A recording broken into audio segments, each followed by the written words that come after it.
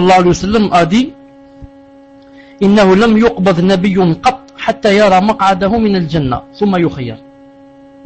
Le prophète sallallahu alayhi wa sallam a dit que il n'y a aucun messager que Allah Ta'ala, que le Seigneur a envoyé sans que quoi?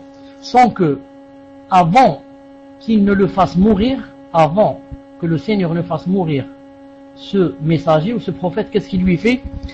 Il le fait choisir. Il le fait choisir. D'abord, il lui fait montrer sa place au paradis et ensuite, il le fait choisir entre rejoindre sa place du paradis ou bien vivre encore. Et j'ai dit hier que cette particularité est une particularité propre au messager. Aucune personne, aucune créature sur terre, aucun être humain du style être le plus pieux ne peut voir sa place du paradis avant de mourir. Mais il la verra, d'après les autres hadiths, il la verra quand il sera dans la tombe. Quand il sera dans la tombe, il verra sa place du paradis et sa place de l'enfer et comment le Seigneur lui a changé celle de l'enfer par celle du paradis.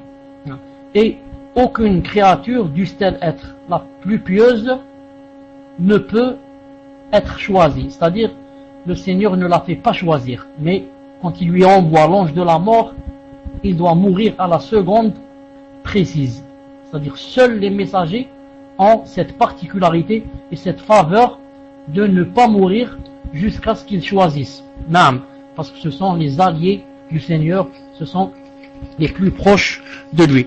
Et le dernier hadith que j'avais cité, c'est le hadith où le prophète sallallahu alayhi wa sallam a dit إنه لا يأتي الرجل العظيم السمين يوم القيامة لا يزن عند الله جناح بعوضة. Le prophète, que la paix soit sur lui, a dit que le jour du jugement dernier, on fera venir la personne qui était ici vraiment grosse, même obèse, pour qu'elle se mette sur la balance, car il y a une balance demain chez le Seigneur, et sur cette balance, les personnes vont être pesées et aussi leurs actions. Il a dit, viendront des personnes vraiment grosses dans cette vie, mais qui ne pèseront rien demain. Il a dit, ne pèseront même pas comme l'aile d'un moustique. Vous connaissez le moustique, et beaucoup se trompent, disent la moustique, bien sûr. Le moustique, il a une aile, combien qu'elle doit peser? Elle ne pèse rien, même pas un gramme, même pas rien. Il a dit, comme ça, viendra le gros, l'obèse, bien sûr, celui qui ne croyait pas en Allah.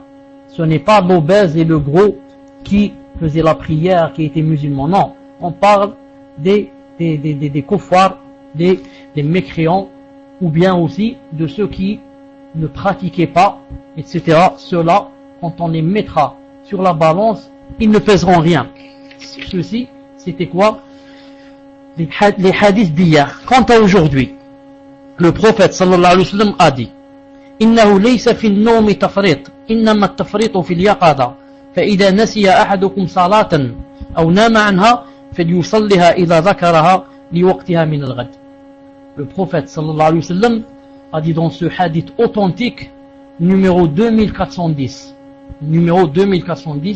du livre qui est sur la bannière Sahih al-Jami' de Cheikh al-Albani rahimahullah. Qu'est-ce qu'il a dit? Il a dit, quand quelqu'un dort,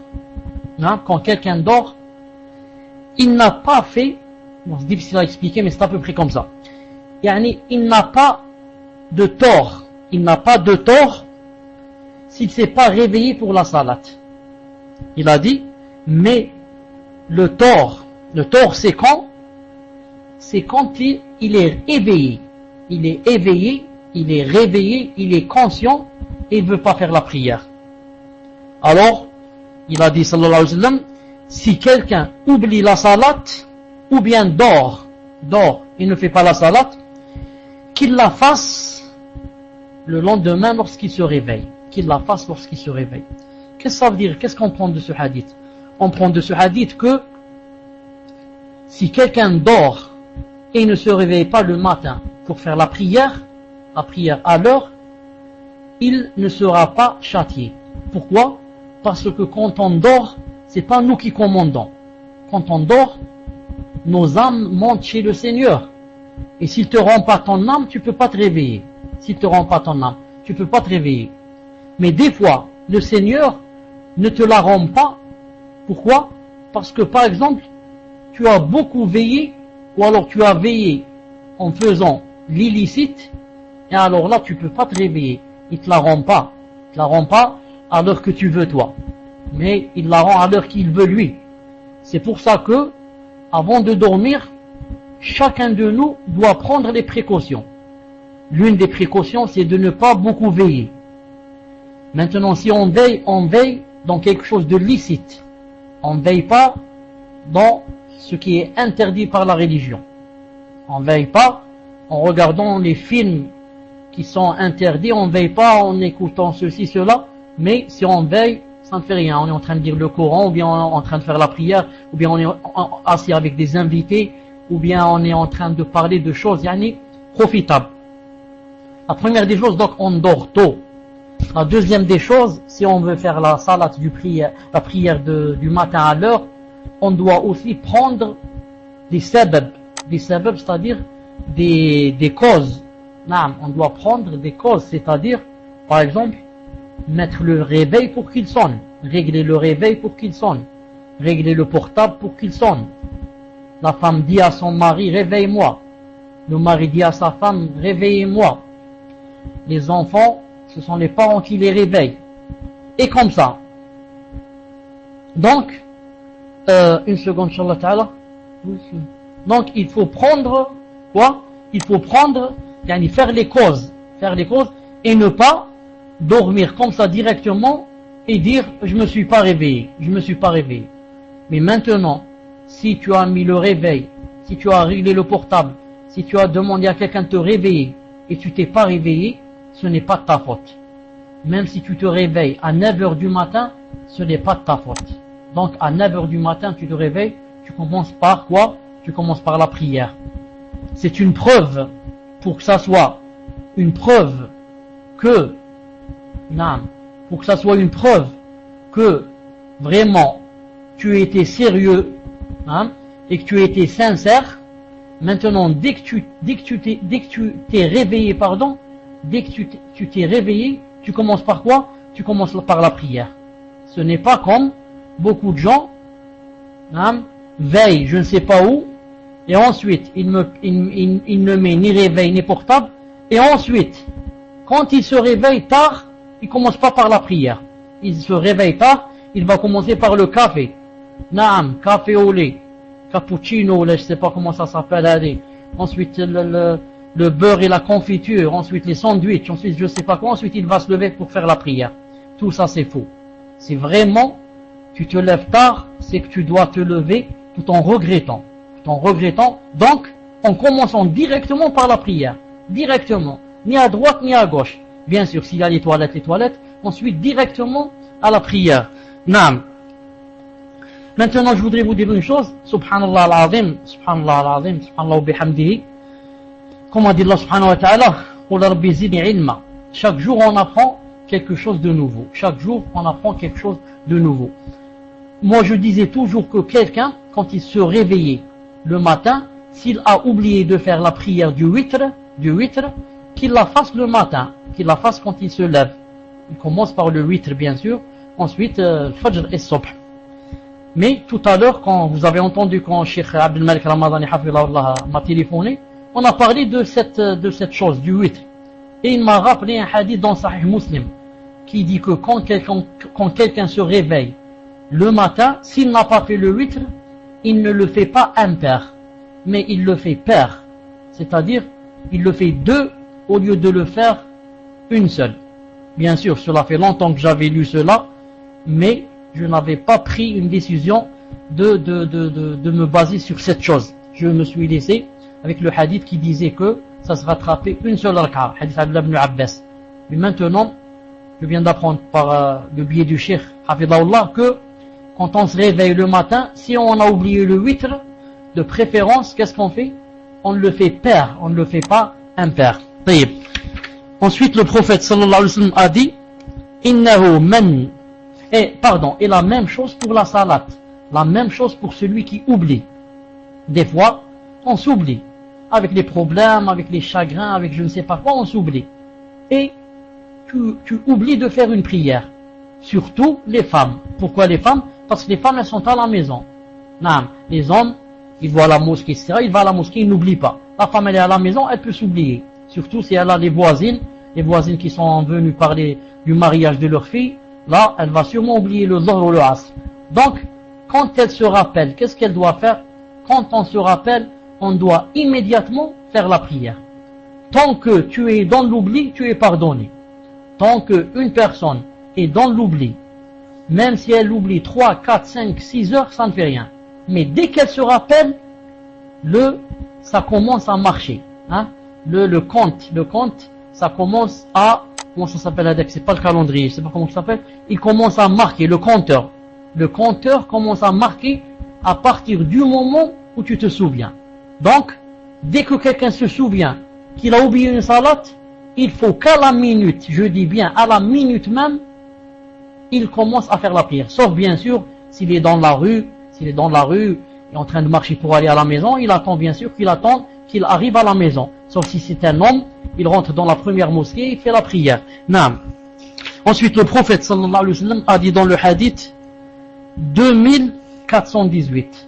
Et c'est un hadith authentique. 2418. Qu'a-t-il dit sallallahu alayhi wa sallam, que la paix soit sur lui? Il a dit إنه من لم يسأل الله تعالى يغضب عليه. إنه من لم يسأل الله تعالى يغضب عليه. Le prophète, que la paix soit sur lui, a dit quiconque ne demande pas à Allah subhanahu wa ta'ala, au Seigneur, il devient en colère contre lui, courroucé contre lui. Subhanallah. Vous avez bien entendu? Quiconque ne veut pas demander des choses au Seigneur, donc le Seigneur devient en colère contre toi. Regardez, et faites la différence entre le Seigneur, le Créateur, et les créatures. La créature, la personne, quand tu lui demandes quelque chose, elle devient en colère contre toi. Subhanallah, celui-là, toujours il me demande l'argent, celui-là, toujours il me demande de lui prêter la voiture, il me demande ceci, il devient en colère. Et le Seigneur, exalté soit-il, c'est le contraire. Quand tu ne lui demandes pas des choses, il devient en colère contre toi. Vous savez pourquoi? C'est très simple. Quand tu ne demandes pas au Seigneur des choses, ça veut dire que c'est comme si tu avais dit dans ton cœur, pas avec ta langue, c'est comme si tu avais dit, je me suffis à moi-même. Je n'ai pas besoin de son aide. Non, je me suffis à moi-même. C'est pour ça qu'il devient en colère contre toi.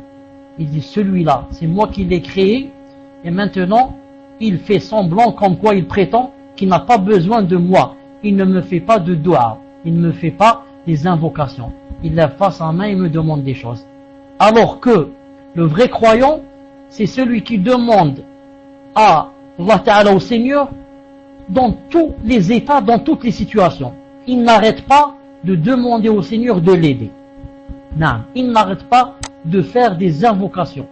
Non, il n'arrête pas de dire, Ya Allah, je suis pauvre, enrichis-moi. Ya Allah, ma foi baisse, relève-la. Ya Allah, rentre-moi au paradis. Ya Allah, éloigne-moi de l'enfer. Ya Allah, donne-moi ceci. Ya Allah, je suis malade, guéris-moi. Ya Allah, fais de sorte que mes enfants soient des pieux. Ya Allah, guide mon mari. Ya Allah, guide ma femme. Ya Allah, éloigne de moi cette chose. Et comme ça. Ça, c'est une preuve que ton cœur est toujours avec Allah, qu'il bat pour lui. Tu ne vis que pour lui. Maintenant, si tu ne veux pas lui demander des choses, ça veut dire que c'est comme si tu voulais dire, moi j'ai pas besoin de lui, astaghfirullah, astaghfirullah. Non, attention, c'est très grave. Quiconque ne demande pas à Allah subhanahu wa ta'ala des choses, ne lui fait pas les invocations, ne lui demande pas qu'il lui exauce des choses, c'est quelqu'un ça veut dire que Allah ta'ala est en colère contre lui. Non. Ensuite, le prophète sallallahu alayhi wa sallam a dit, dans le hadith 1101, il a dit, innahu la budda lil ursi min walima. Il a dit, innahu la budda lil ursi min walima. Il a dit, quand quelqu'un, par exemple, fait, par exemple, un mariage, se marie, on doit faire la fête et inviter les gens à manger, et si on a de l'argent, au moins égorger un mouton. Comme a dit le prophète sallallahu alayhi wa sallam à Abdurrahman bin Auf, il lui a dit Awlim walou bichet, Awlim walou bichet. Yani fais la fête et invite les gens au moins en égorgeant un mouton.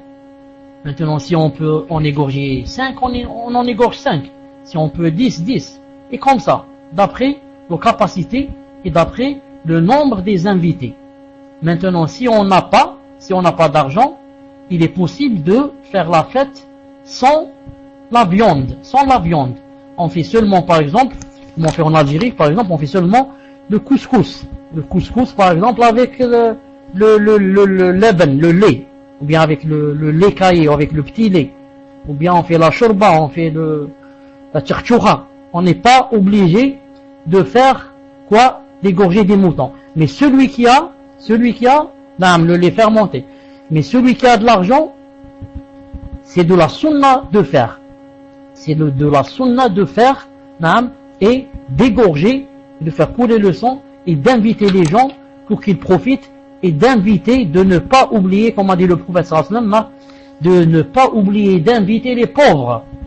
Tu ne vas pas inviter seulement ceux de la crème en haut, la crème, et le pauvre miskin, il vient pas profiter de ton mariage, il vient pas manger la tête du mouton. Pourquoi miskin, tu l'invites pas pour qu'il mange?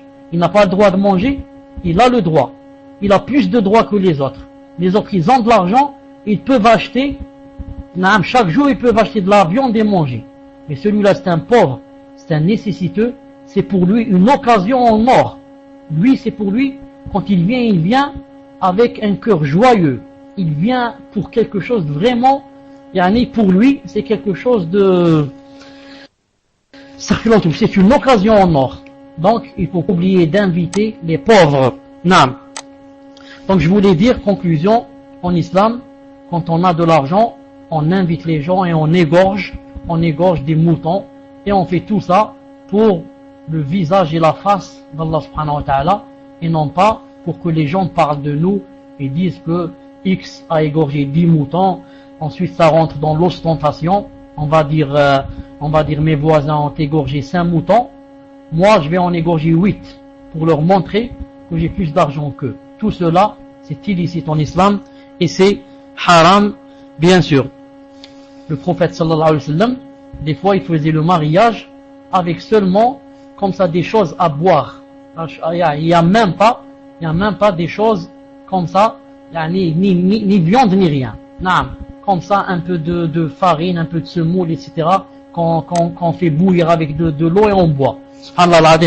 Et le prophète sallallahu alayhi wa sallam, d'après un hadith qui a été rapporté par Ibn Abi Shayba,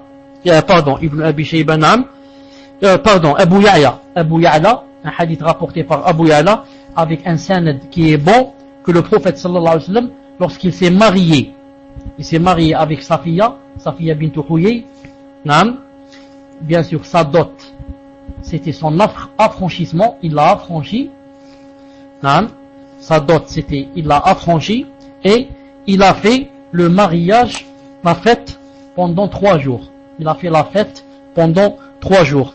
Et Ibn Abi Shayba a rapporté que Ibn Sirin, vous connaissez Ibn Sirin, radiyallahu ta'ala anhu, le grand tabi'i Ibn Sirin, que lorsqu'il a fait le mariage, lorsqu'il s'est marié, il a fait la fête pendant 7 jours. Et il a invité les compagnons du prophète sallallahu alayhi wa sallam. Il a fait la fête pendant 7 jours et il a invité les compagnons du prophète sallallahu alayhi wa sallam. Donc ce n'est pas interdit de faire la fête 3 jours, 5 jours, 7 jours, mais seulement faut-il que ça ne soit pas riya'an, c'est pas ostentation, mais je la fais pour que Allah subhanahu wa ta'ala soit ravi de moi, pour que j'invite les gens, pour qu'ils mangent, pour qu'ils profitent, pour qu'ils soient gays, etc. Non. Ensuite, le prophète, que la paix soit sur lui, sallallahu alayhi wa sallam, a dit dans le hadith numéro 2425. Abu Maryam, jazakallahu khayran, est-ce que tu es là? Écrit numéro 1. Je vais te dire quelque chose si tu es là. Naam. Tu es là écrit numéro 1. Naam. À chaque fois que je cite un hadith, tu écris son numéro. Barakallahu fik. À chaque fois que je cite un hadith, tu écris son numéro. Donc le prophète sallallahu alayhi wa sallam a dit dans le hadith numéro 2425. Il a dit Innahu la yanbaghi an yu'adhaba an yu'adhiba bin nar illa rabbun nar. Le prophète sallallahu alayhi wa sallam a dit dans le hadith 2425, il n'est pas permis à quiconque de faire le supplice, de châtier, l'adhab, de châtier avec le feu, sauf le Seigneur qui a créé le feu. C'est permis le jour du jugement dernier qu'il brûlera des gens avec le feu. Mais nous, il nous est interdit d'employer le feu pour brûler quelqu'un ou pour, par exemple, le châtier, etc. Il est interdit. Car, comme a dit le prophète sallallahu alayhi wa sallam, ne peut châtier avec le feu que le Dieu du feu, le Seigneur du feu. Naam. Illa rabbun nar. C'est qui le Seigneur du feu? C'est Allah, exalté soit-il. C'est lui qui a créé le feu, c'est lui qui peut brûler, qui a la permission de brûler les gens et qui il veut avec le feu. Naam.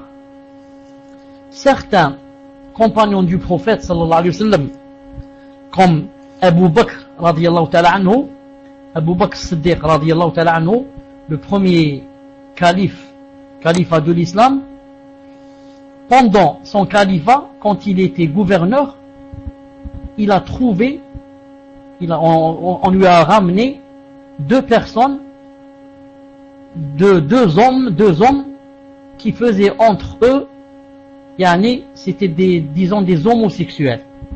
Deux hommes qui faisaient l'illicite entre eux, des homosexuels et d'autres aussi.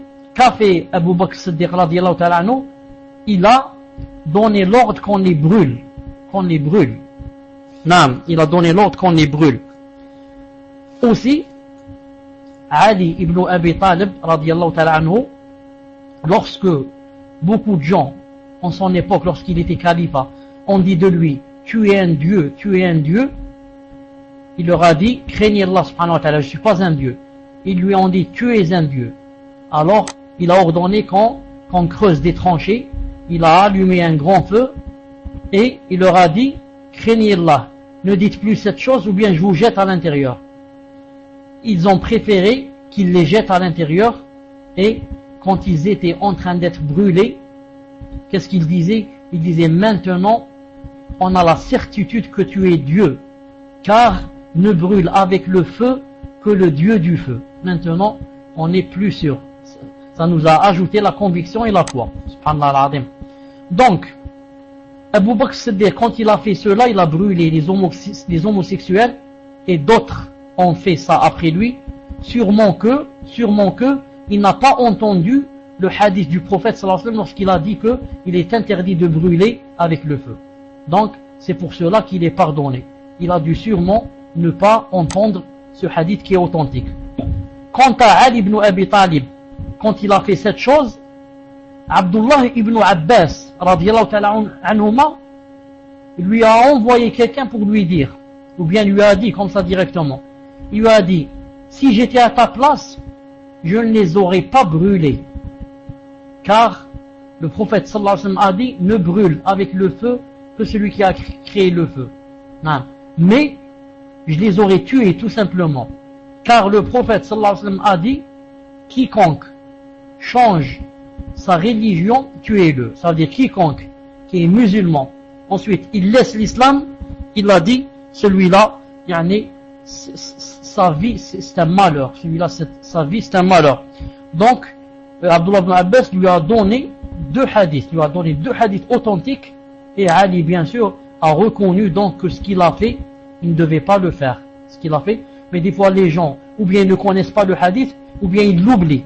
Des fois on oublie qu'il y a un hadith qui dit telle et telle chose. Naam. Et il y a un hadith authentique, qui se trouve dans Sahih al-Bukhari et aussi dans Sahih Muslim, qu'il y avait un messager qui s'est assis et s'est adossé contre un arbre. S'est adossé contre un arbre. Ensuite est venue une fourmi, elle l'a piqué, ou bien elle l'a mordu. Est venue une fourmi, elle l'a mordu. Qu'est-ce qu'il a fait? Il a demandé qu'on lui apporte une chose comme ça, je ne sais pas comment ça s'appelle, une chose, il y a de l'air à l'intérieur, on commence à souffler comme ça, et elle fait sortir du feu. Elle fait sortir du feu. Disons, c'est à peu près comme de nos jours, par exemple, le napalm. Le napalm, c'est quelque chose, hein, on appuie dessus, il y a le feu qui sort. Naam. Et il est allé vers le trou où il y a les fourmis, et il a brûlé ce qu'il y avait à l'intérieur. Il a brûlé les fourmis qui ont été à l'intérieur.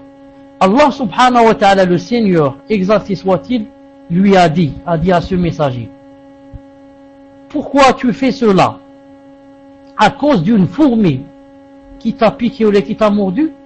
À cause d'une fourmi, tu as anéanti et éliminé une nation de fourmis qui disait subhanallah, subhanallah. Une nation de fourmis qui dit subhanallah, qui fait sa prière, tu l'as anéanti à cause d'une fourmi qui t'a mordu. Ensuite Allah Ta'ala a dit, si tu devais le faire, c'était obligatoire, alors ne fallait-il pas tuer une seule? Naam. Si c'est obligatoire maintenant, la revanche, je veux faire la revanche, est-ce que ce n'est pas plus logique et convenable de tuer une seule fourmi, celle qui m'a tué? Pourquoi tuer toutes les autres qui ne font rien? Donc celui-là, comme j'ai dit, les a brûlés avec le feu, et il est interdit de brûler avec le feu, sauf le Créateur qui s'est permis cette chose. Naam. Ensuite le prophète sallallahu alayhi wa sallam a dit, dans un autre hadith, il a dit, dans le hadith 2437, il a dit sallallahu alayhi wa sallam, dans le hadith 2437, qu'est-ce qu'il a dit? Il a dit, en parlant du chat, il a dit, innaha laysat binajis. En parlant du chat, il a dit, le chat n'est pas souillé. Qu'est-ce que ça veut dire n'est pas souillé? Ça veut dire que le chat peut s'asseoir par exemple sur tes genoux, peut s'asseoir sur ton cou, sur ta tête, jouer avec toi. Le chat n'est pas souillé. Bien sûr, son urine est souillée. Son urine, si le chat urine sur nous, on doit laver l'endroit sur lequel il a uriné, que ce soit un habit ou là le parterre. Mais lui-même, le chat lui-même, il n'est pas najis, il n'est pas souillé. C'est-à-dire, tu peux le caresser, tu peux jouer avec lui, tu peux... D'ailleurs, le chat aime jouer, surtout si c'est un chat siamois. Si c'est un chat siamois, il aime beaucoup jouer. Non, il a dit, innaha min at-tawafina alaykum wat-tawafat. Pourquoi le chat n'est pas souillé? Parce que le chat est toujours avec nous. Il est presque toujours avec nous. Il a dit min tawafin ou tawafat. Tawafin, c'est comme les bonnes et les valets qui travaillent dans les maisons, chez les gens. Le valet ou la bonne, elle est toujours avec toi. Elle est à la cuisine, elle est dans la salle de bain, elle est tout le temps avec toi. Le chat, il est tout le temps avec toi. Imaginez qu'il soit souillé. Donc, s'il est souillé, donc on sera toujours souillé. À chaque fois qu'il nous touche, on doit se laver. Donc, alhamdoulilah, le chat c'est un animal donc domestique. Il est toujours avec nous. Il n'est pas souillé, sauf son urine. Maintenant, je voudrais vous ajouter quelque chose. Mais le prophète sallallahu alayhi wa sallam a interdit de vendre sinnaur. Le prophète sallallahu alayhi wa sallam a interdit la vente du sinnaur. C'est quoi le sinnaur? Beaucoup de savants ont dit le chat. Et d'autres ont dit les dérivés du chat, comme la panthère, le tigre. Vous savez que la panthère, en fin de compte, c'est un grand chat. C'est un chat géant, c'est tout. Il a la forme du chat à 100%. Non. Mais, comme j'ai dit, beaucoup de savants ont dit, le sinnaur qui est interdit, c'est le chat lui-même. Donc nous, pour qu'on sorte de quoi? On sorte de la divergence des ulama, des savants, qu'est-ce qu'on fait? On n'achète pas le chat et on ne vend pas le chat. C'est mieux, pour être sûr que demain, quand on rencontre Allah subhanahu wa ta'ala, on n'a pas fait l'interdit. Si on veut un chat, qu'est-ce qu'on fait? On le demande à quelqu'un. On lui dit, par exemple, donnez-moi un chat, ou là je ne sais pas comment on veut, mais de préférence, on ne l'achète pas et on ne le vend pas. Ça, vous m'avez rappelé une chose, personnelle, mais ça ne fait rien, je vous l'ai dit comme ça. Peut-être qu'elle fait un peu rire, mais elle chagrine un peu. Non. Une fois, une femme, disons une amie de ma mère, qui avait des chats siamois à la maison, des chats de très beaux chats siamois à la maison. Non. Une fois que ma mère lui a rendu visite et que j'étais avec elle, je ne sais pas si j'ai demandé ou bien c'est elle qui m'a dit, je ne sais pas. Elle m'a dit quand, Inch'Allah, la chatte accouchera, c'est des chats siamois, je t'en donnerai un bi'idnillah ta'ala. Ensuite, après 4 ou les 5 mois ou les je ne sais pas, et j'ai pris mon chat, siamois, masha'Allah ta'ala. Il est resté avec moi une semaine ce chat, masha'Allah, très beau. Vous connaissez le chat siamois, on dirait, subhanallah al-azim, on dirait de la laine, très beau, très, masha'Allah. Il est resté avec moi, il venait, quand j'allais dormir, il venait dormir avec moi, il jouait, etc. Masha'Allah, masha'Allah. Ensuite, j'ai remarqué que il a commencé à avoir comme des boutons dans son oreille. Ensuite, ça a commencé un peu à se multiplier. J'ai dit, donc je vais le prendre chez le vétérinaire. Je l'ai pris, le chat, masha'Allah, je l'ai pris chez le vétérinaire. Naam. Rappelez-vous que une femme est rentrée en enfer à cause d'un chat. Donc maintenant, si tu veux élever un chat, il faut que tu lui donnes les choses nécessaires. Ce n'est pas il tombe malade, tu dis moi je m'en fous, c'est un animal. C'est pas un animal, c'est un animal qui va te faire rentrer en enfer.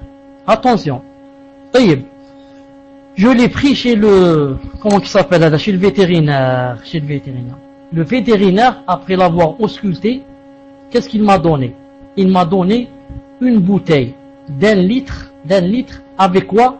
Avec un liquide spécial. Il m'a dit, ce liquide-là, vous le lui mettrez dans son oreille. Bon, j'ai pris le chat à la maison. Est-ce que vous m'entendez? Numéro 1, pour savoir si je suis connecté avec vous, là je parle dans le vide. Si au moins le patron qui l'avertisse. Vous êtes là. Al-Khalem, tu es avec le chat, tu écoutes le chat qui a voulu me faire entrer en enfer, tu l'entends? Al-Muhim. Alors, il m'a donné la bouteille, j'en ai 4, Allahu Akbar, Khalem, on a 4.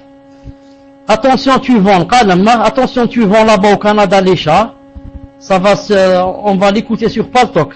On va dire, il y a quelqu'un qui a vendu un chat ici, et qui a écouté le dars. Attention. Alhamdulillah. Donc, ce chat, subhanallah al-azim, regardez des fois, on comprend mal qu'est-ce qui se passe. Moi, qu'est-ce que j'ai compris? Moi, j'ai compris que quand il m'a donné la bouteille, ça veut dire que il fallait lui verser de temps en temps comme ça à l'intérieur de son oreille. Donc moi, déjà le premier soir, j'ai pris une cuillère, je ne sais pas, une cuillère à café ou une grande cuillère, je ne sais pas, et j'ai commencé à lui verser à l'intérieur. Je croyais que il fallait faire ainsi, subhanallah al-azim. Ça c'est vraiment de l'ignorance. Et je croyais que je faisais bien. Alors que ce liquide, bien sûr, c'était un vrai poison, c'est sûr. Alors qu'est-ce qu'il faisait le liquide, bien sûr? Il lui est rentré directement dans le ventre. Et bien sûr, 3 jours ou 4 jours après, il a vomi le sang et il est mort. Alors que le médecin, quand il m'a donné la bouteille, il voulait dire qu'il fallait mettre un peu de coton et un peu de ce liquide et lui laver un peu les oreilles. Wallahu ta'ala alam, c'est comme ça ce qu'il voulait dire. Mais moi, Allahu alam, l'ignorance, qu'est-ce qu'elle fait? Et tellement j'aimais ce chat, je voulais qu'il guérisse vite. Je lui ai donné la overdose. Et il est mort directement après 3 ou 4 jours. Enfin, c'est ça la vie. Alhamdoulilah, je ne l'ai pas tué avec intention de le tuer. Je ne l'ai pas tué avec intention de le tuer, mais avec intention de le soigner, bi'idna ta'ala. Abu Maryam, salat, tafaddal.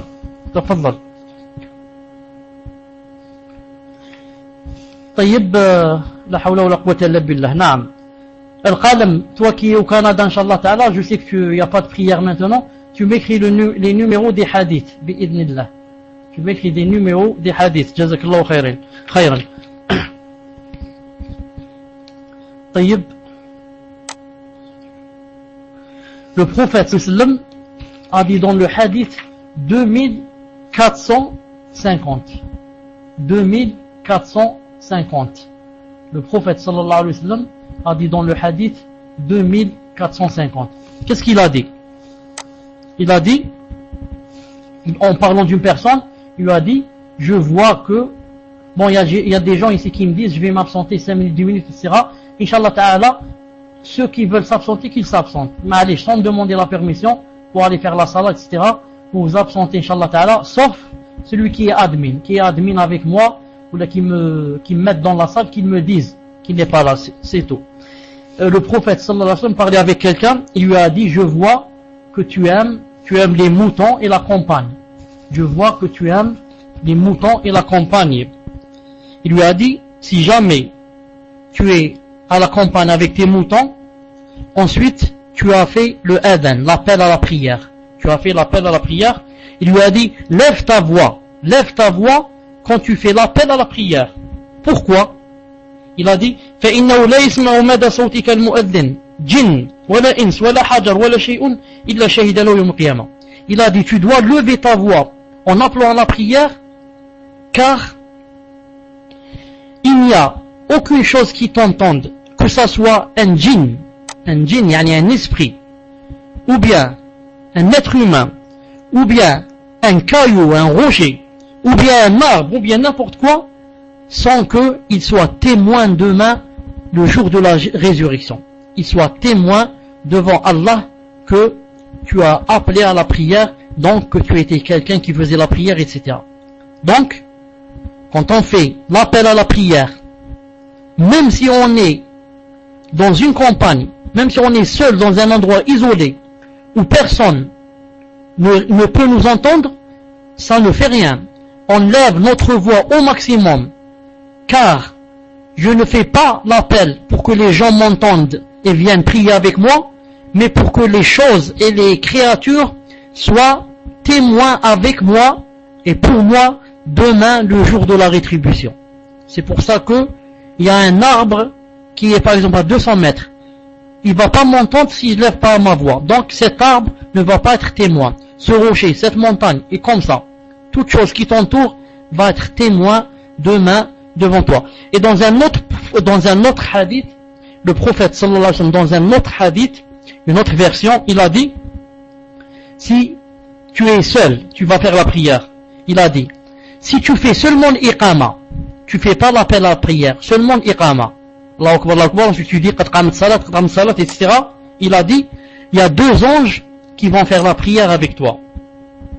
Si tu es seul et tu fais seulement l'iqama, tu fais pas l'appel à la prière, 2 anges vont faire la prière avec toi. Tu vas guider 2 anges qui seront derrière toi, sans que tu les vois, bien sûr. Mais nous, on croit en cela. Et, je continue le hadith, il a dit, mais si tu appelles à la prière, et ensuite tu fais l'iqama, c'est-à-dire tu joins entre les deux choses, alors il a dit, les soldats qui vont faire la prière avec toi, les soldats c'est les anges, les soldats, le nombre des soldats qui vont faire la prière avec toi, il a dit, seul le Seigneur connaît leur nombre. Des centaines, des milliers, peut-être des millions, des milliers d'anges vont venir faire la prière derrière toi. Et pourtant on ne les voit pas. Pourquoi? Parce que tu n'as pas seulement fait la iqama, mais tu as appelé à la prière. C'est dire l'importance de celui qui appelle à la prière. C'est pour ça que la femme peut appeler à la prière quand elle est à la maison. Quand elle veut faire la prière, elle appelle d'abord à la prière, ensuite, Inch'Allah Ta'ala, qu'est-ce qu'elle fait? Ensuite, elle fait l'iqama. Al-Qalam, je répète le dernier hadith ou bien quoi? Qu'est-ce que je répète, Qalam? Le dernier hadith? Ou bien tu parles d'histoire du chat? Ah, le nombre. Jazakallahu khayran. Il a dit, si quelqu'un fait seulement la iqama, 2 anges vont faire la prière avec lui. Et si, avant de faire la iqama, il fait le adhan, il appelle à la prière, alors le nombre des anges qui vont faire la prière avec lui, seul Allah le connaît. Il a dit des soldats et des soldats. Naam, seul le Seigneur exalté soit-il connaît leur nombre, tellement ils sont nombreux. Naam. Dans le hadith 2463, 63, le prophète sallallahu alayhi wa sallam a dit, Naam al-Qalam 2463, dans le numéro 2463, le prophète, que la paix soit sur lui, a dit, Inni dhakartu wa ana fil asri shay'an min tibrin kana indana fakarihtu an yabita fa amartu bi qasmih. Naam. Le prophète sallallahu alayhi wa sallam, une fois, alors qu'il était en train de guider les gens dans Salat al-Asr, subhanallah, donc dès qu'il a terminé, dès qu'il a dit salam alaykoum, il s'est vite levé, il est rentré à la maison. Normalement, quand quelqu'un termine la prière, il s'assoit, il dit astaghfirullah, astaghfirullah, astaghfirullah, Allahumma anta salam wa minka salam, tabarakta ya dhal jalal wal ikram, la ilaha illa wahdahu la sharika lah, lahu al-mulku wa lahu al-hamdu ala kulli shay'in qadir, et Allahumma a'inna ala dhikrik wa shukrik wa husni ibadatik, et il commence tasbih, etc. Bien sûr, là j'ouvre une petite parenthèse, l'imam, celui qui guide les gens, il ne doit pas rester en face des gens pour dire tout cela. Il dit seulement Allahumma astaghfirullah 3 fois, Allahumma anta salam minka salam, et il se lève et il va faire le tasbih un peu plus loin. Ça c'est la sunna du prophète sallallahu alayhi wa sallam. Ici le prophète sallallahu alayhi wa sallam, dès qu'il a dit salam alaykoum, il est rentré à la maison. Alors que d'habitude il s'asseyait, il disait au moins 3 fois astaghfirullah et Allahumma anta salam minka salam. Al-Muhim, lorsqu'il est ressorti, il aura expliqué. Car le prophète sallallahu alayhi wa sallam, à chaque fois qu'il fait une chose qui risque d'intriguer les gens, il leur explique, pour qu'ils ne restent pas comme ça perplexes. Il a dit, quand je suis rentré tout à l'heure à la maison, il a dit pourquoi? Il a dit, quand je faisais avec vous Salat al-Asr, je vous guidais dans Salat al-Asr, je me suis rappelé que j'avais une plaquette d'or à la maison.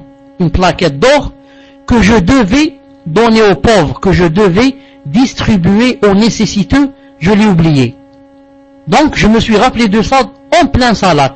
Donc dès que j'ai fini, j'ai couru pour la donner aux nécessiteux. Naam, j'ai couru pour la donner aux nécessiteux. Il a dit j'ai eu peur que cette chose, cet or reste aujourd'hui aussi avec moi, passe la nuit avec moi aujourd'hui ici, alors que les nécessiteux ont besoin de cette chose. Naam. Donc qu'est-ce qu'on prend au moins de ce hadith? On prend au moins que il est possible qu'un messager envoyé par Allah, un prophète, et dans la salat, pense à des choses qui ne sont pas de la salat. Car à l'intérieur de la salat, il a pensé à comment distribuer cet or. Mais remarquez que le prophète sallallahu alayhi wa sallam, quand il a pensé à l'or, alors qu'il était dans la salat, alhamdulillah, il a pensé à une chose qui a rapport avec les musulmans. Avec les musulmans. C'est-à-dire quoi?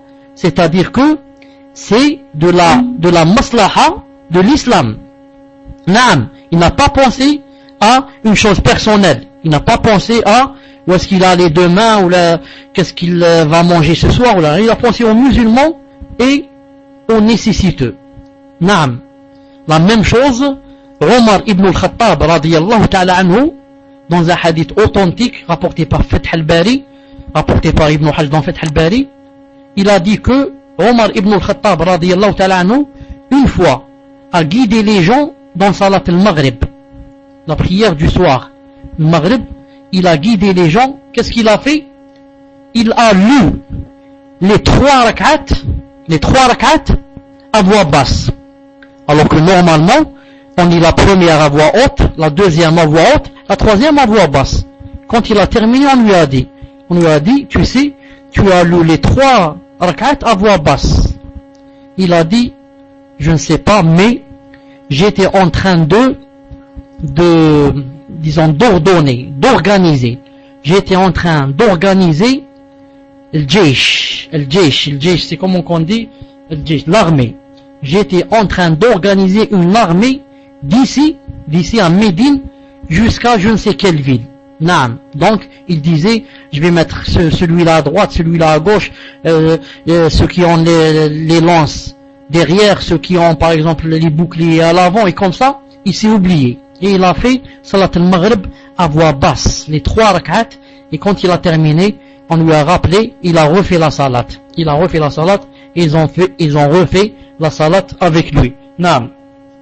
Donc, il est possible qu'une personne dans sa salat, yani, pense à des choses, mais remarquez ici que Omar ibn Khattab, il ne pensait pas à qu'est-ce qu'il va y avoir comme film ce soir à la télé.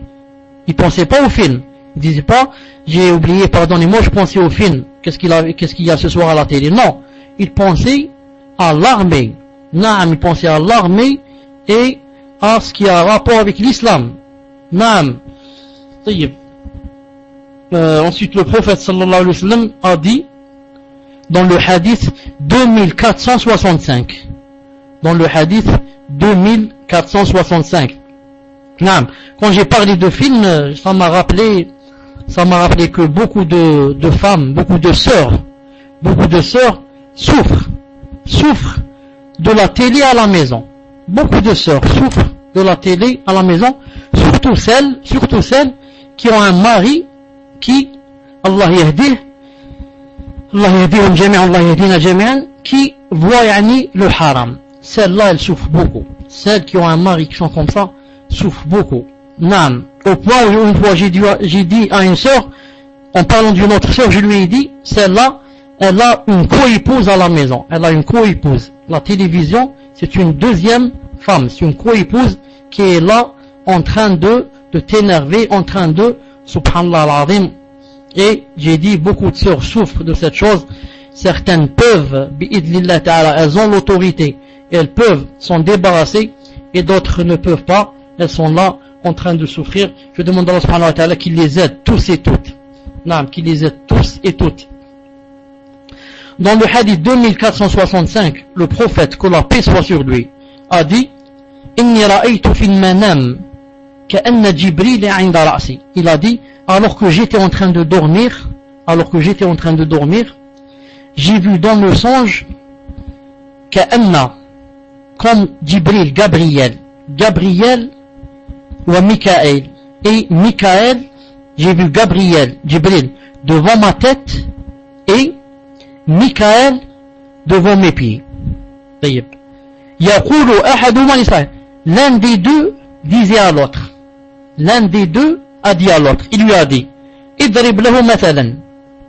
Fais-lui des paraboles, fais-lui des exemples, donne-lui des exemples à celui-là qui dort, c'est-à-dire au messager. Donne-lui des exemples, il lui a dit. Peut-être que c'est Gabriel qui a dit à Mikaël ou bien l'inverse. Il lui a dit, donne-lui des paraboles. Il lui a dit alors, Isma' sami'at udunak, écoute, que tes oreilles entendent. Écoute.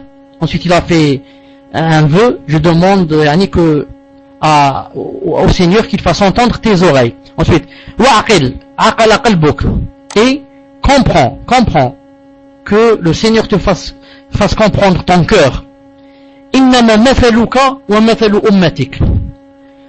Toi, ton exemple, comparé à ta nation, toi le prophète, quand on te compare à ta nation, kamathali malikin ittakhadha daran, c'est comme un roi qui a construit une maison. Écoutez bien cet exemple. Ça prouve que ça ne peut pas être dit par une personne. Il faut que ça soit du Seigneur. Naam. Il a dit, c'est comme un roi. Toi, le prophète, par rapport à ta nation, c'est comme un roi qui a construit une maison. Et à l'intérieur de la maison, il a construit une pièce. C'est une maison, à l'intérieur il y a une pièce. À l'intérieur de la pièce, il a déposé ou bien il a posé une table, disons une grande table. Maïda. Ensuite, ce roi, qu'est-ce qu'il a fait? Il a envoyé quelqu'un pour appeler les gens, pour les inviter à venir manger dans la maison, dans la pièce, sur cette table, pour manger ce qu'il y a sur la table. Il a dit, certaines personnes ont accepté l'invitation, et d'autres ont décliné l'invitation. Certains ont accepté pour venir manger, et d'autres ont décliné, n'ont pas voulu venir. Barakallahu fikum Abdillah. Regardez maintenant. L'ange dit à l'autre, l'ange dit au deuxième, il lui dit, le roi dont on vient de donner l'exemple, c'est le Seigneur, c'est Allah. Le roi, c'est le Seigneur. Et la maison qu'il a construite, c'est quoi? C'est l'islam. C'est l'islam. Et la pièce où on devait manger, c'est le Jannah, c'est le paradis. Naam, c'est là-bas que tu vas manger les choses que tu n'as jamais vues et qu'aucune créature n'a jamais vues. Naam. Wa anta, ya Muhammad, il lui a dit, et toi, oh Muhammad, et toi, c'est toi le messager que Allah Ta'ala a envoyé. C'est-à-dire comme le roi a envoyé quelqu'un pour faire venir les gens, les inviter à manger, toi aussi, le Seigneur t'a envoyé pour que les gens, que tu invites les gens pour qu'ils acceptent ton invitation. Il a dit, ceux qui ont accepté ton invitation, un émissaire. Naam, Allah t'a envoyé comme émissaire. Ceux qui ont accepté ton invitation sont rentrés en islam. Et ceux qui sont rentrés en islam rentreront au paradis. Et ceux qui rentreront au paradis mangeront de ce qu'il y a au paradis. Vous voyez l'exemple? Vous voyez l'exemple comme il est très clair. Et comme ça se voit que une personne ne peut pas dire un exemple pareil. Il a dit le Seigneur, c'est le roi. Le roi, c'est le Seigneur. Naam. Ensuite, la maison, c'est quoi? La maison, c'est... Il a dit... Naam. Il a dit la maison, c'est l'islam. C'est l'islam. La pièce, c'est le paradis. Toi, c'est l'émissaire et celui qui a été accepté, celui qui a accepté l'invitation. Il va donc rentrer dans la maison, donc rentrer en islam, il va manger sur la table, et il va, rentrer dans la pièce, donc rentrer au paradis, et manger ce qu'il y a sur la table, c'est-à-dire manger ce qu'il y a dans le paradis. Ça veut dire que quiconque ne rentrera pas en islam, ne rentrera pas cette maison, et ne rentrera pas la pièce, c'est-à-dire le paradis, et ne mangera pas ce qu'il y a. Naam. C'est pour ça qu'on remercie Allah le Tout-Puissant de nous avoir aidés, de nous avoir guidés, de nous avoir aidés, de nous avoir guidés. Naam. Le prophète sallallahu alayhi wa sallam a dit dans le hadith 2485. Dans le hadith numéro 2485. Quand vous m'écrivez le numéro, je lis le hadith.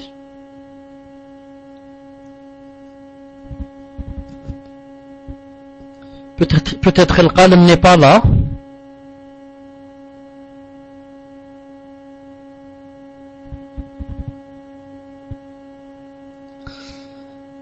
Zanjabila, d'accord. Jazakallahu khairan. 2485. Il a dit Inni la a'rifu akhira ahli an-nari khurujan min an-nari wa akhira ahli al-jannati dukhulan al-jannah. Le prophète, que la paix soit sur lui, a dit, je connais quel est celui qui va sortir le dernier de l'enfer, et bien sûr quel est celui qui va rentrer le dernier au paradis. Donc je connais quel est le dernier qui va sortir de l'enfer et quel est le dernier qui va rentrer au paradis. Car celui qui va sortir le dernier de l'enfer, c'est lui qui va rentrer le dernier au paradis. Naam, puisque c'est le dernier à être sorti de l'enfer. Il a dit, c'est un homme, rajulun, yu'ta bihi yawm al-qiyamah, c'est un homme qu'on fera venir le jour de la résurrection. Fayuqal, ou bien fayaqul, naam, fayuqal, i'ridu alayhi sigara dhunubih, warfa'u anha kibara. Allah subhanahu wa ta'ala va dire aux anges il va leur dire, montrez-lui montrez à cet homme ses petits péchés. Et, montrez-lui ses petits péchés, et ne lui montrez pas, et cachez-lui ses grands péchés. Montrez-lui ses petits péchés, et cachez ses grands péchés. Il a dit, فَيُقَالُ لَهُ عَمِلْتَ يَوْمَ كَذَا وَكَذَا كَذَا وَكَذَا وَعَمِلْتَ يَوْمَ كَذَا وَكَذَا كَذَا وَكَذَا. Il a dit, alors on va lui dire, tel jour tu as fait ceci et cela, tel jour tu as fait ceci et cela, tel jour tu as fait ceci et cela. Et bien sûr, on lui montre que les petits péchés. On lui a caché les grands péchés. Il a dit, فَيَقُولُ نَعَمْ لَا يَسْتَطِعُ أَنْ يُنْكِرْ. Il a dit, ça, c'est vrai, certes, j'ai fait ces choses. Il a dit, il ne peut pas cacher, il ne peut pas nier. Il a dit, وَهُوَ مُشْفِقْ مِنْ كِبَارِ ذُنُوبِهِ أَنْ تُعْرَضَ عَلَيْهِ.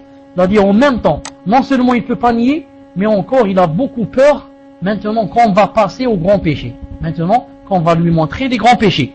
Il a dit, فَيُقَالُ لَهُ لَكَ مَكَانَ كُلِّ سَيِّئَةٍ حَسَنَةٍ. Alors, on ne va pas lui montrer ses grands péchés, mais par contre on va lui dire, tu as, pour chaque péché fait, pour chaque péché que tu as fait, tu as aujourd'hui ici une récompense. Naam. Tu as, pour chaque péché que tu as fait, tu as aujourd'hui ici une récompense.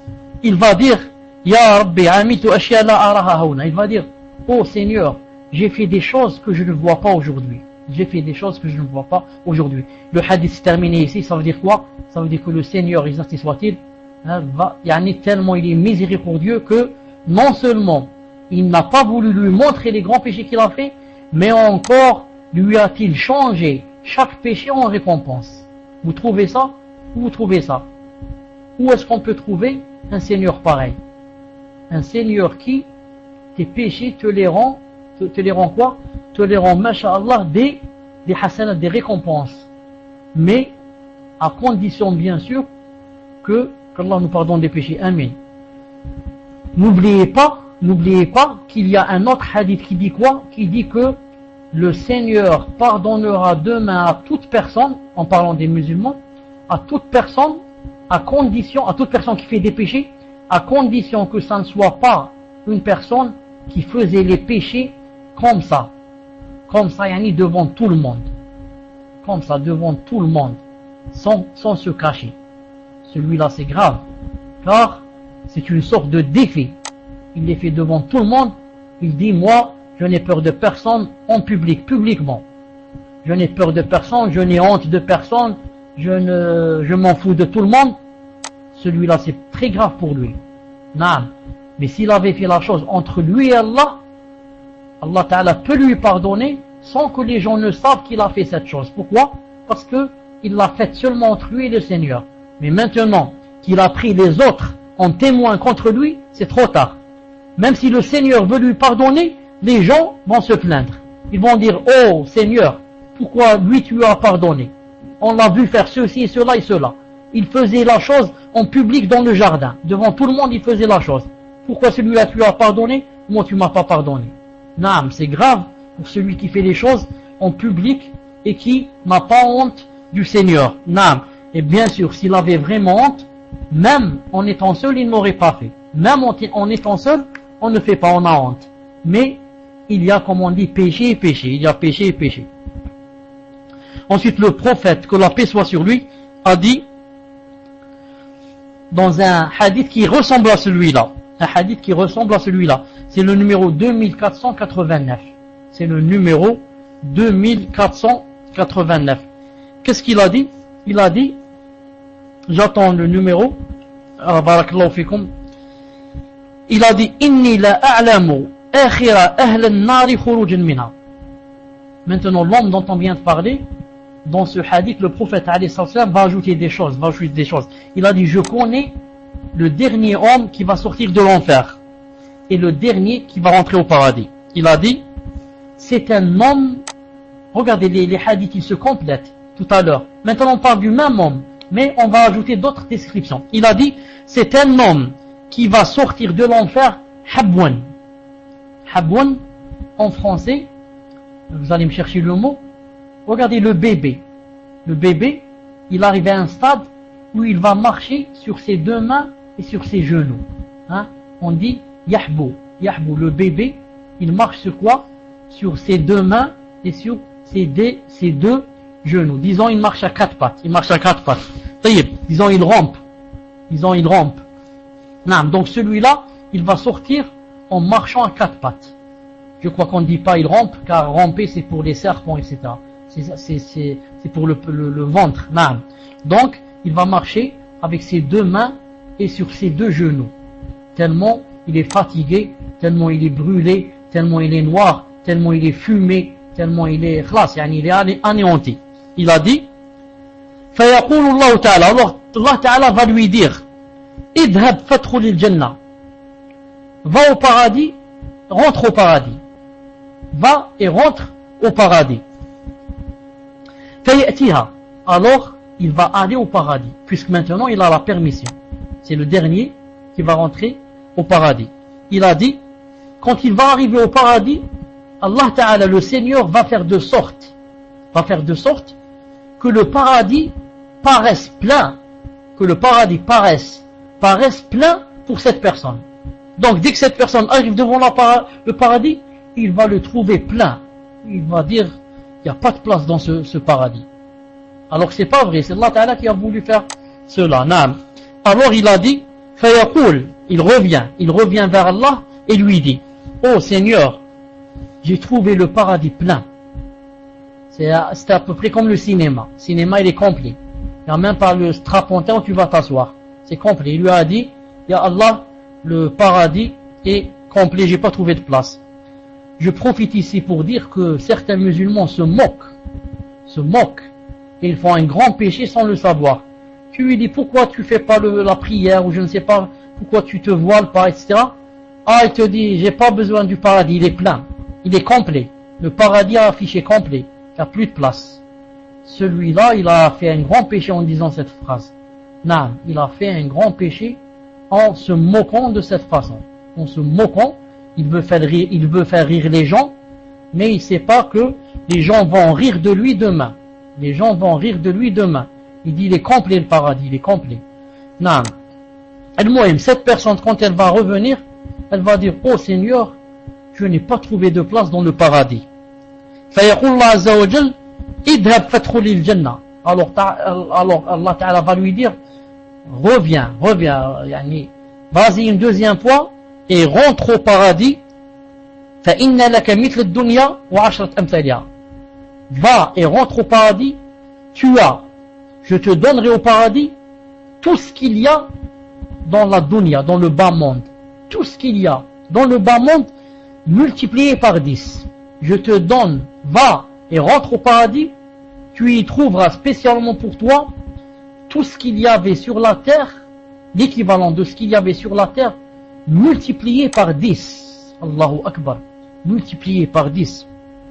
Imaginez le dernier qui va rentrer au paradis, c'est-à-dire le dernier qui est sorti de l'enfer, c'est-à-dire le musulman qui a fait le plus de péchés dans sa vie.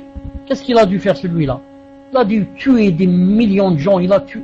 C'est pas qu'est-ce qu'il a fait. Celui-là, quand il va rentrer au paradis, le dernier du paradis, qu'est-ce qu'il a? Il a 10 fois ce qu'il y a sur la terre. Toute la terre, tous les plaisirs de la terre, tout l'or de la terre, tous les émeraudes de la terre, toutes les richesses de la terre, réunies, multipliées par 10.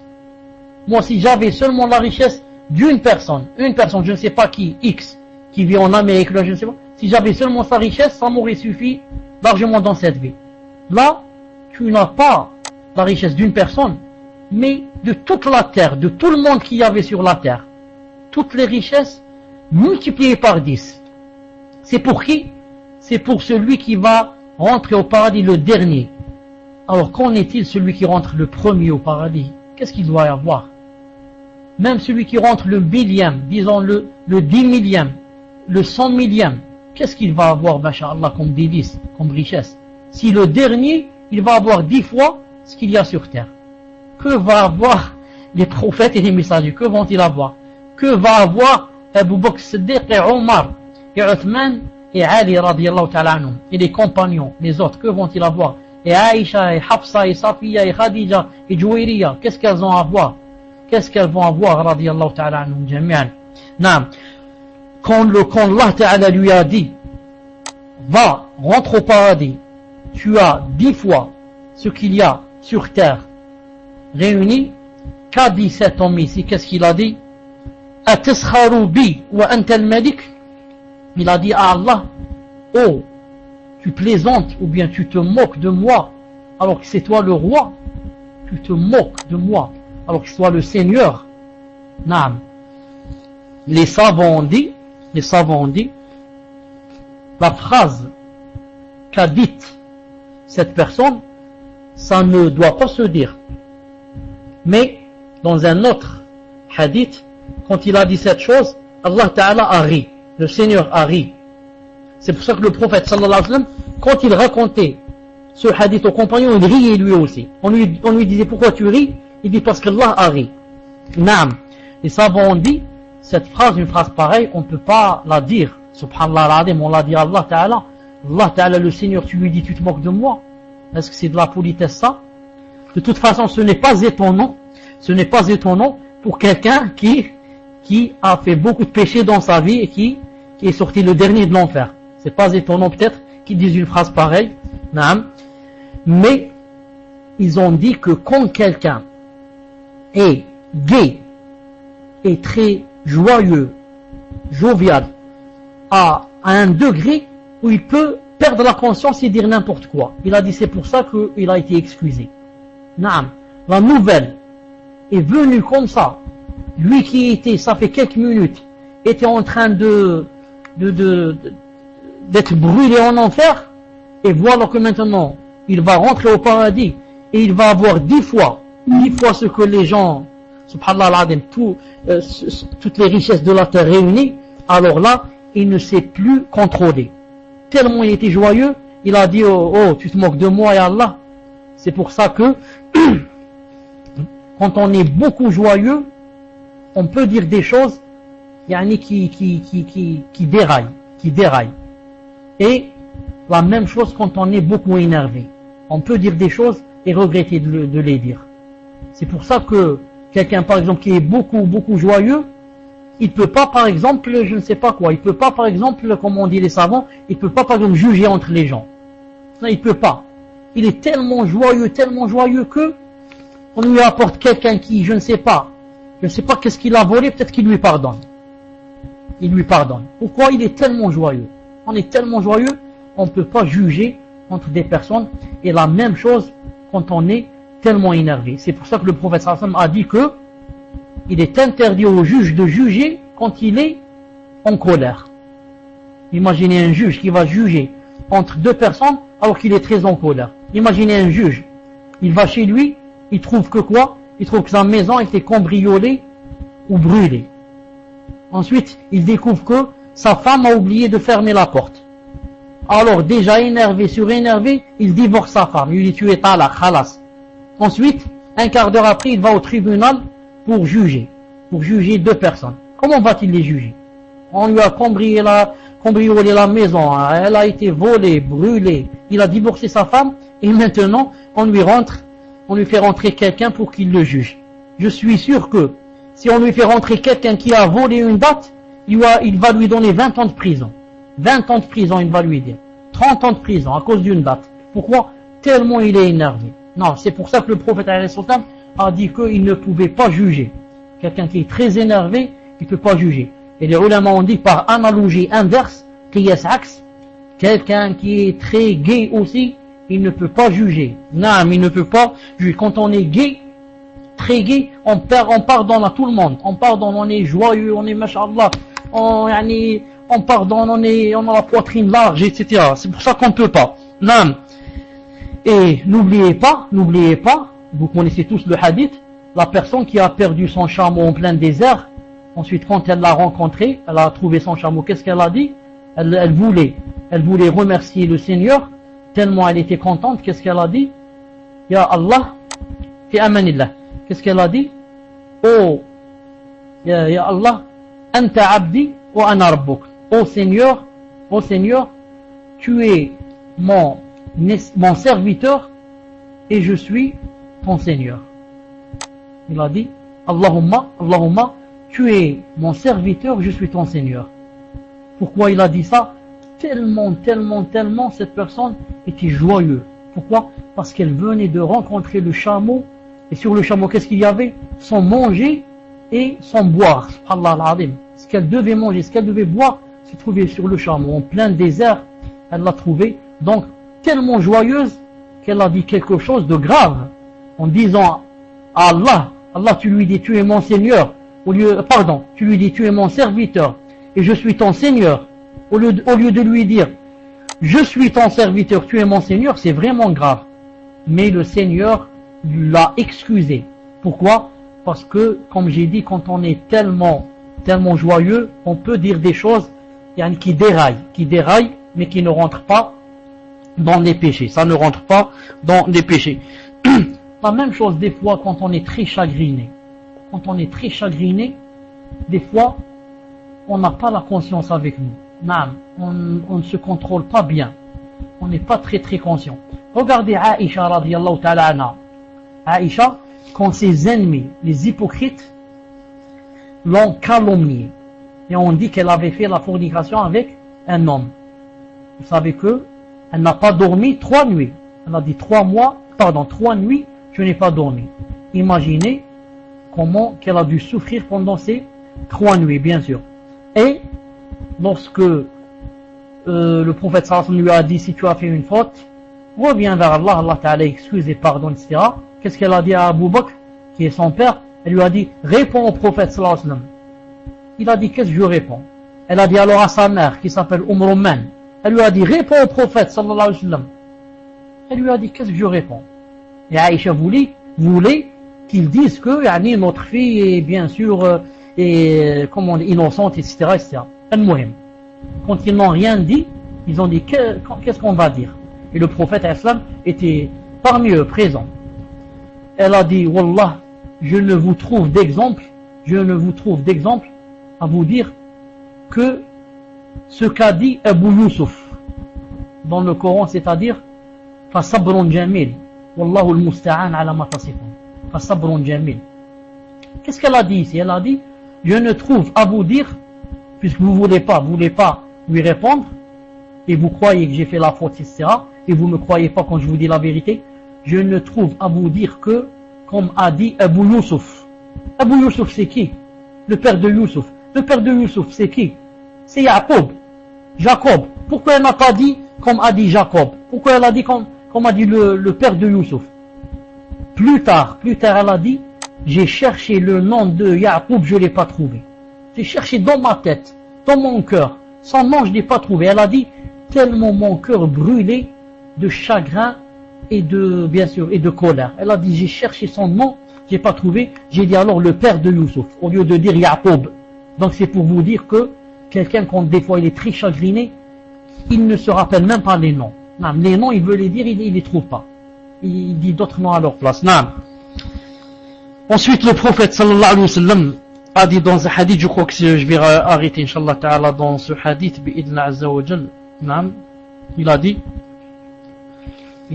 qu'est-ce qu'il a dit? Inni la a'lam, en parlant de Aïcha radiyallahu ta'ala anha. Il lui dit inni la a'lam in kunti anni radiya wa idha kunti aliya ghadba. Le prophète, que la paix soit sur lui, dit à l'une de ses épouses qui s'appelle Aïcha, qu'est-ce qu'il lui dit? Il lui dit tu sais, je sais quand tu es en bonne forme, c'est-à-dire avec moi, et je sais quand tu es en colère contre moi. Elle lui a dit et comment sais-tu cela? Comment sais-tu? Non. Sur quelle chose te bases-tu pour savoir si je suis bien avec toi, en bonne humeur, ou bien je suis énervé contre toi? Il lui a dit, subhanallah al-azim, regardez le prophète sallallahu alayhi wa sallam, comment que il découvre les choses. Il lui a dit, quand tu es de bonne humeur avec moi, si tu jures par Allah, je te demande par exemple, as-tu vu le livre? Tu dis non, c'est-à-dire tu jures par le Seigneur de Mohammed. Non, je jure par le Seigneur de Mohammed, c'est-à-dire que je n'ai pas vu le livre. Mais si tu es en colère contre moi, et je te dis par exemple, tu as vu le livre?